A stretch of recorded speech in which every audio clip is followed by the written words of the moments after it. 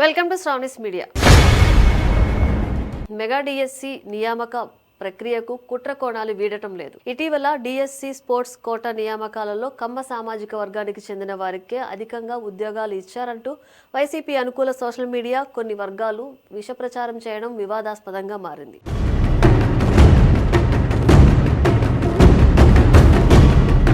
Sports కోటాలో మొత్తం 382 మంది అభ్యర్థులను ఎంపిక చేయగా ఓసీ కేటగిరీలో కేవలం 42 పోస్టులు మాత్రమే ఉన్నాయి. ఆ 42 పోస్టుల్లో 16 మంది కాపు, 10 మంది రెడ్డి, 9 మంది కమ్మ సామాజిక వర్గాలకు చెందిన అభ్యర్థులు ఎంపికయ్యారని, అలాగే వైశ్య, బ్రాహ్మణ, క్షత్రియ వర్గాలకు చెరో 2 పోస్టులు, మైనార్టీలకు 1 పోస్టు కేటాయించినట్లు విద్యాశాఖ ఉన్నతాధికారులు గణాంకాలతో సహా స్పష్టం చేశారు. వాస్తవాలు ఇలా ఉంటే కులాల పేరుతో కొత్త దుష్ప్రచారానికి వైసీపీ తెరతీసిందనే విమర్శలు వ్యక్తమవుతున్నాయి. గతంలో డిఎస్పీ ప్రమోషన్ల విషయంలో విషం చిమ్మినట్లే ఇప్పుడు కూడా డిఎస్సి నియామకాలపై తప్పుడు కథనాలు సృష్టించి ప్రజలను తప్పుదోవ పట్టించే ప్రయత్నం జరుగుతోందని టీడీపీ నేతలు మండిపడుతున్నారు. వైసీపీ వరుస ఆరోపణల నేపథ్యంలో డిఎస్సి 2025కు ఎంపికైన తమ మనోభావాలు దెబ్బతింటున్నాయని అభ్యర్థులు వాపోతున్నారు.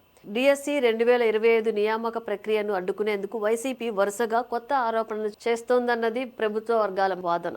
తొలుత డిఎస్సి నిర్వహణపై కోర్టులో 241 కేసులు వేయడం, అనంతరం ప్రశ్నాపత్రాల లీకేజ్ పేరుతో ప్రచారం చేయడం, ఫిజికల్ వెరిఫికేషన్, హారిజంటల్ రిజర్వేషన్ల అంశాలపై ఆరోపణలు చేయడం ద్వారా నియామక ప్రక్రియను దెబ్బతీసేందుకు పలు ప్రయత్నాలు సాగాయి.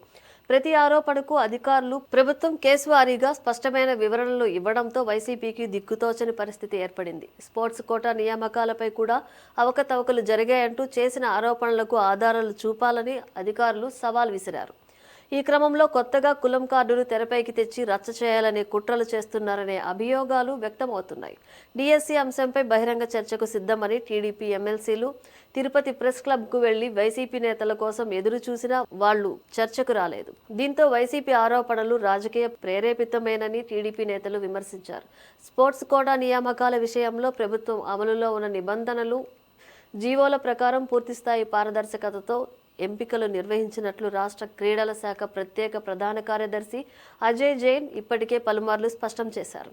ప్రస్తుత నియామకాల్లో జాతీయ క్రీడలు, జాతీయ ఛాంపియన్షిప్లు, ఆల్ ఇండియా ఇంటర్ యూనివర్సిటీ పోటీలు, సౌత్ జోన్ ఇంటర్ యూనివర్సిటీ పోటీలు, రాష్ట్ర స్థాయి ఛాంపియన్షిప్లు, అంతర్జాతీయ స్థాయి పోటీలలో సాధించిన విజయాల ఆధారంగా మాత్రమే ప్రాధాన్యత కేటాయించారు. డిఎస్సి 2025 స్పోర్ట్స్ కోటా కింద మొత్తం 382 మంది అభ్యర్థులు ఎంపిక కాగా వీరిలో 22 మంది బంగారు పతక విజేతలు, 40 మంది రజత పతక విజేతలు, 43 మంది కాంస్య పతక విజేతలు, 275 మంది జాతీయ, రాష్ట్ర స్థాయి పోటీల్లో పాల్గొన్న క్రీడాకారులు ఉన్నారు. Kho kho, badminton, judo, soft ball, athletics, volleyball, handball, hockey తదితర 34 క్రీడా విభాగాలకు చెందిన క్రీడాకారులు ఈ ఎంపికల్లో భాగమయ్యారు. సమర్పించిన ప్రతి క్రీడా సర్టిఫికేట్ను స్క్రూటినీ కమిటీ, రాష్ట్ర స్థాయి కమిటీ, సంబంధిత క్రీడా సంఘాలు, యూనివర్సిటీలు ఇతర అధికారిక రికార్డుల ద్వారా పరిశీలించి మాత్రమే అర్హత నిర్ణయించారు. 1996 నుంచి 2025 వరకు జారీ చేసిన సర్టిఫికేట్లను కూడా ధృవీకరణలో భాగంగా పరిశీలించారు. 2019 గ్రామ, వార్డు సచివాలయ నియామకాలలో inter collegiate, rural sports, inter district participation వంటి కేటగిరీలను పరిగణనలోకి తీసుకుని వందలాది మంది ఉద్యోగాలు కల్పించినప్పటికీ ప్రస్తుత డిఎస్సి నియామకాల్లో అమలులో ఉన్న జీవో 4 ప్రకారం అలాంటి కేటగిరీలు పరిగణనలో లేవు. రాష్ట్రంలో క్రీడలను ప్రోత్సహించడం, ప్రతిభావంతులైన క్రీడాకారులకు అవకాశాలు కల్పించడమే లక్ష్యంగా తాజా డిఎస్సిలో స్పోర్ట్స్ కోటా ద్వారా ఉద్యోగాల భర్తీ జరిగిందన్నది ప్రభుత్వ వాదన.